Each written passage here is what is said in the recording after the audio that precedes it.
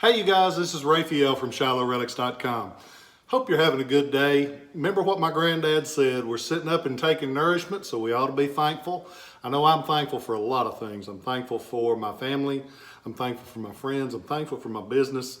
I'm thankful for the kindness that people have shown me over the years, and I'm just thankful for a lot of stuff, and we each one need to sit down and think about all those things that we are thankful for and focus more on those than we are all the other mess that's going on in the world. I want to talk today about something that is interesting. When you think about a Civil War battle, it's easy to think about it as just numbers.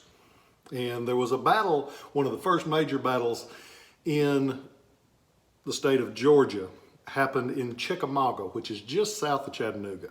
Happened in September of 1863. During that time, the Union Army was being led by William Rosecrans, and the Confederate Army was led by Braxton Bragg. Yes, I said that name without spitting. He was probably the best soldier for the Union Army, but he had a Confederate uniform. Yes, I said it, and I don't back up. But Bragg had 65,000 Confederates. Rosecrans had 60,000 Union soldiers. They met September 63 at Chickamauga, Georgia. If you get a chance, it's an amazing park. If you get a chance, I noticed this morning that the visitor center is closed. Hopefully it'll be back up, but it's got an amazing weapons collection. It's also just a beautiful park.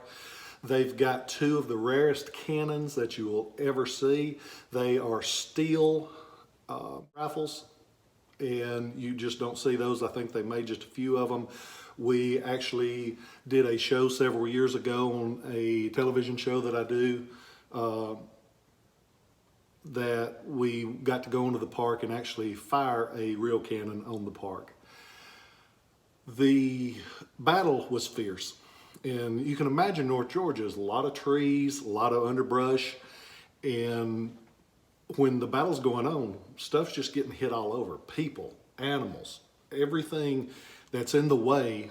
A cannonball does not decide who it's going to hit. It just goes where it's supposed to go.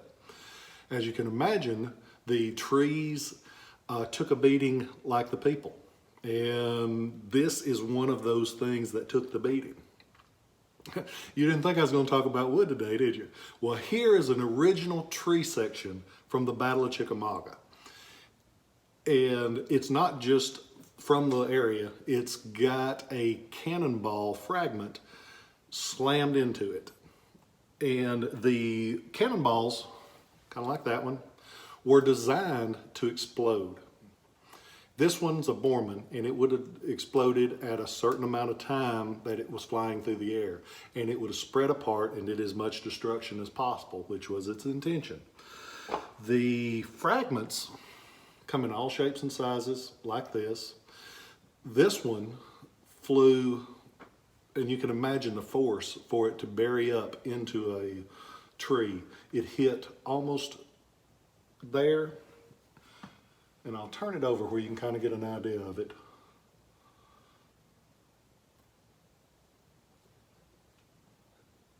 And as you can see, the tree healed itself because the tree keeps growing. And that's one thing you look for on these, because there are fake ones. They'll just cut a piece of wood and stick a cannonball or stick a fragment in it and try to steal your money. You want to see that that tree kept growing, because if the tree kept growing, it's going to heal itself around it. Just like, and that's what you look for. You want to see that growth around it where it's healed itself and it's made itself better. This one stood long enough that it not only healed itself around it, but it lived long enough until it died, and then it rotted out in the middle. So when you look down the middle of it, check this out. You can see the rest of the fragment on the inside of the tree. That's cool. I don't care who you are. That's neat. Most of the time you can just see the outside and you can imagine what it looks like on the inside. Some people take x-rays of them to show what it looks like on the inside, but this one you can actually peek down it and see. How do we know it's from Chickamauga? I'm glad you asked. We will cover that. If you notice, there's this. it's an antique paper label that somebody, when they cut the tree down, they realized it's something cool. And they put a label on it saying that it came from Chickamauga. And the label's just a great little addition. It's rough as a cob, but it is original label, and you can read enough of it to know it's Chickamauga. So we got a cool piece of wood. We got a cool fragment, cool battle, amazing battle. Almost 4,000 men lost their life. It was a fierce, fierce battle in underbrush. And if you've ever been down there, it's hills and valleys, and it's an amazing place. Second highest casualty rates next to Gettysburg. So fierce battle.